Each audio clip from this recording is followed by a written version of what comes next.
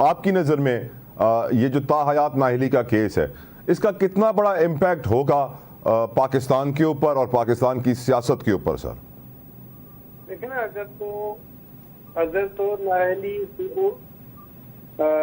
Permanent होती है तो वो तो मेरा ख्याल है जमहूरियत में तो ये कहीं भी नहीं है कि किसी को परमानेंटली डिस्क्वालीफाई किया जाए। जो लोग क्रिमिनल्स होते हैं वो भी जब क्रिमिनल केसेस खत्म होते हैं तो आगे इलेक्शन लड़ लेते हैं। तो ये तो पाकिस्तान में हमेशा जिसको भी सजा दी गई है वो अगेंस्ट लॉ ही दी गई है। तो चीफ जस्टिस ने भी कहा ना सर, तौबा तो इस्लाम में भी कबूल है। जी बिल्कुल बिल्कुल। जो तौबा अगर अल्लाह ताला कबूल कर लेते हैं तो ये बंदे कौन होते हैं कि परमानेंटली डिस्क्वालीफाई करने के लिए?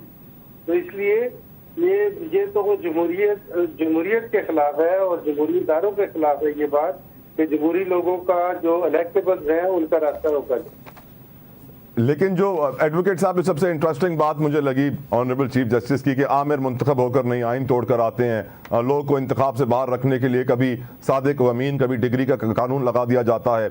आमिरों ने अपने लिए सादिक व अमीन की शर्त क्यों नहीं रखी?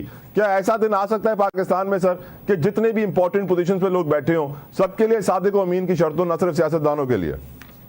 मेरा ख्याल है अगर काजी फाजिदा साहब हो या इन जैसे जज हो तो डेफिनेटली हो जाएगा। इसलिए कि जो भी जजेस पहले एस्टेब्लिशमेंट के साथ मिले हुए थे या उनके हिमा पर काम करते थे, डिक्टेटर्स को डिफेंड करते थे और डिक्टेटर्स के अहकामात को मानते थे, वो तो जो जुडिशियल ऑफिसर होने के क्या लायक ही नहीं है।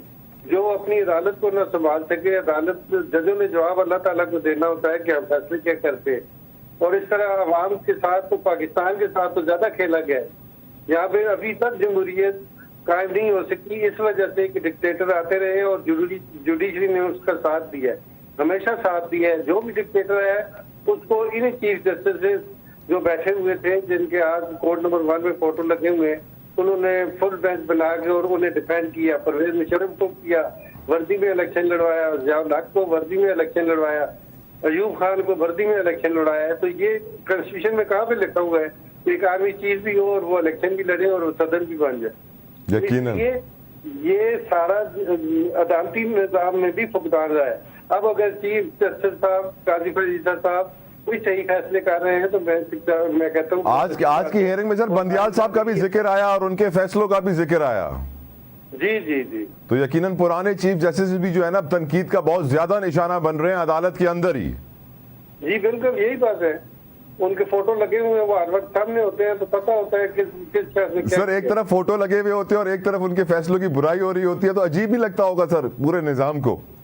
तो बस ये तो मेरा तो ख्याल है कि काजी साहब को ये भी एक सुनो मोटो एक्शन लेते हुए कि जितने भी आर्मी चीफ प्रेसिडेंट रहे हैं उनकी सदारत का जो होता है वो उसे नहीं होना चाहिए कि उन्हें बतौर सदर ना खिताब दिया जाए। राइट डिक्टेटर्स आए। राइट।